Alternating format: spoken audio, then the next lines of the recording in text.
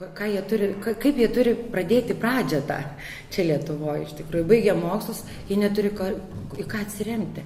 Jeigu, aišku, turi turtingus tėvelius, galbūt gerų pažinčių, o jeigu ne, nes pačios dukra irgi baigė mokyklą, universitetą ir ieškojo darbo.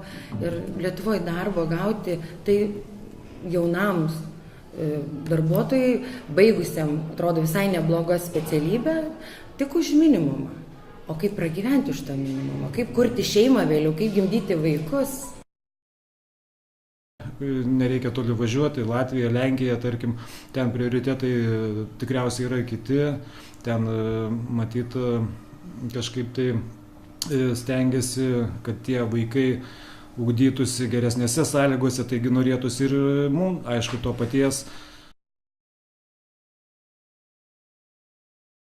Anksčiau susitikdavom, bendraudavom, kaip gyveni, kaip oras, tai būdavo tik tai su nepažįstamu žmogumi, sakykime. O kaime žmogus, kada viens kitą pažįsti, tikrai šnekėsi, pasidžiaugi ir šeima, ir vaikais. O dabar tik tai, tu girdėjai, jau kainos čia pakilo, o mums ką moka. Mūsų bulves auginam, jos nereikalingas, pienuką turim, jisai nereikalingas. Nieko nebereikia, gyvulį auginam, irgi pieno kainas. Kas liečia mums iš kaimo kažką savo produkciją parduoti yra centai. Kai reikia kažkokią pirkti trąšas, pirkti chemikalus, kažką tai žiūrėti, tai yra beprotiškas kainas. Kai tą traktorių suremontuoti, kokios atsarginių traktorių kainos yra, baisu. Baisu viskas, kainas yra sukilusios, kas anksčiau buvo litais, dabar eurais, tikrai vienas kitas dalykas yra dar galbūt mažesnė kaina.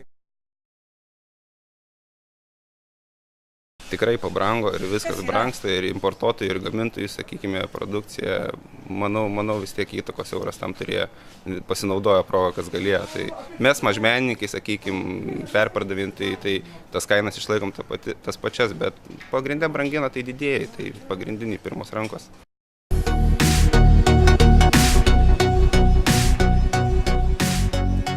Jiems trūksta paprasto dalyko, kompetencijos. Čia einant žmogus dirbti į valstybės tarnybą, jis išsilaiko egzaminus ir tik po to jis dalyvauja konkurse. Galbūt ir čia reikėtų tą patį padaryti. Pirmiausia, kažkokį paprastą kompetencijų testą leisti kiekvienam norinčiam kandidatuoti, sakykime, kad ir tą pačią tarybą, pasižiūrėti, ką jis gali ir apskritai jis mąsto, nes šiandienai netrodo, kad daugelis apskritai kažką galvoja.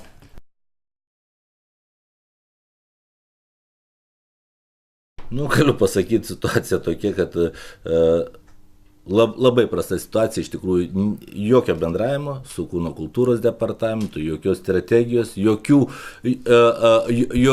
jokių pasikvietimų, kad ir ar aptart, ar pasitart, ar susirinkti metuose kartą, net nebūna tokių dalykų.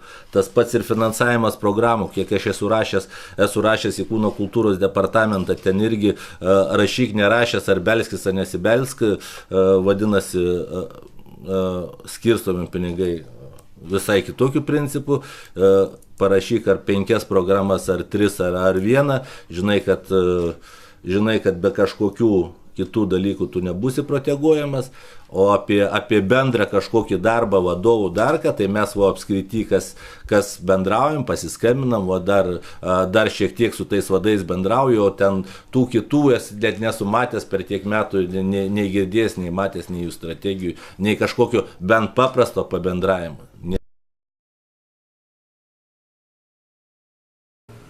Turim chaosą ir matyt nematom kelių, kaip spręsti. Tai yra problema. Jeigu tai būtų numatyta kaip minima strategija ir jos laikomasi, iš tikrųjų gal mes būtume ir nepriėję prie šitokio dabar dalyko, kas vyksta Lietuvoje.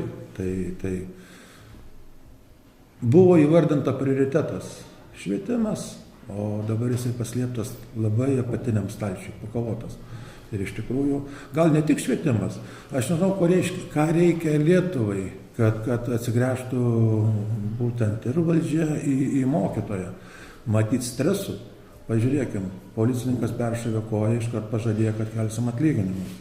Tai toliau politinė padėtis keitėsi, krašto apsaugai paskyrėm pinigus, nors kai paskui išaiškėjo, krašto apsauga netriėmė Dakaro ralio lenktynininką. Tai vėl įdomu, kaip pinigai eina. Švietimui nežinau, ką padaryti, pabando dabar profsąjungos daryti, bet tai irgi atsidarėm į sieną ir matom, kad net valdžios palaikymo kažkokio nėra. nors ta siena dar, tie rusai toli yra. Bet tas yra mūsų problema, kad mumis vietinius, kiek mes bevažiuotumėm, stabdo ir tikrina. Nu, kuo pasireiškia tas tikrinimas? Ką? Nežinau, jie nešasi visus dokumentus. Į dieną, kiek tu važiuosi, tiek jie prašys tavęs dokumentų, nueina į mašiną, ką jie ten toj mašinai daro, kažkam skambina, matosi. Jie gal su užkarda susisiekia, kokiu tikslu. Ir kiek ta patikra trunka? 10 minučių mažiausiai. Tai jie nepažįsta, kad jūs čia vietiniai, kad čia gyvenat pastoviai. Mes sakome jiem, kad vietiniai. Yra tokie kiti geranoriški. Pavardę priminkit ir galit važiuoti, jeigu vietiniai. Tai reiškia, jie gal kažkur fiksuojasi. Dėl žemės dokumentacijų jokių Taip pat yra, jo. O kokios čia problemos? Tai mūsų visos pievos yra ten palei Nemuną. Tai jie reikiant visos technikos, su kokia mes bevažiuotumėm turėti leidimus.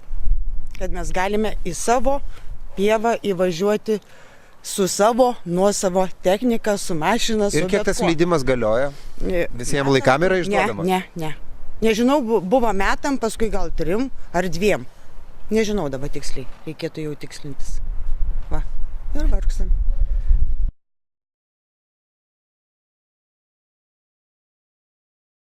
Jis geriau sėdės, lauks tos pašalpos, sako, aš negaliu dirbti, nebegaus tos pašalpos.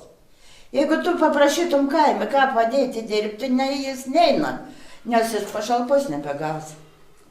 Arba jeigu jau tu paprašai, aš irgi ūkininkavau, turėjau 20 karių, prieš 3 metus pardaviau.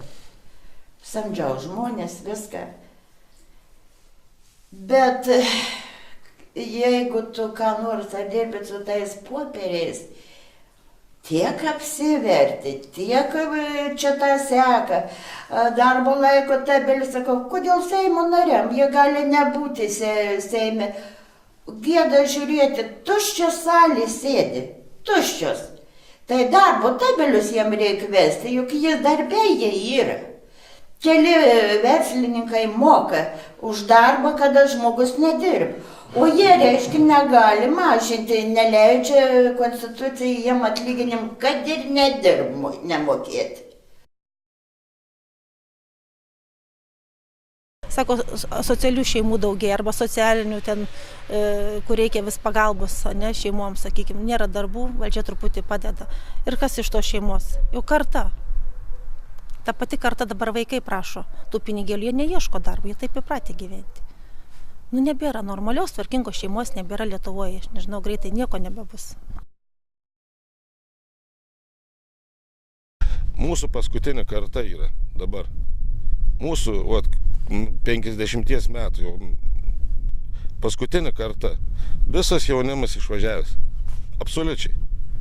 Nei vieno nebėra jauno. Visi dirba kas kur. Visi užsienys. Pas mus ūkininkauti jie nežada. Čia jau mūsų paskutinė karta. Viskas. Jūs taip logiškai pagalvokit. Kas į mumis kreipia dėmesį? Yra dideli ir maži. Ir viskas. Ir vidutinių mažai yra.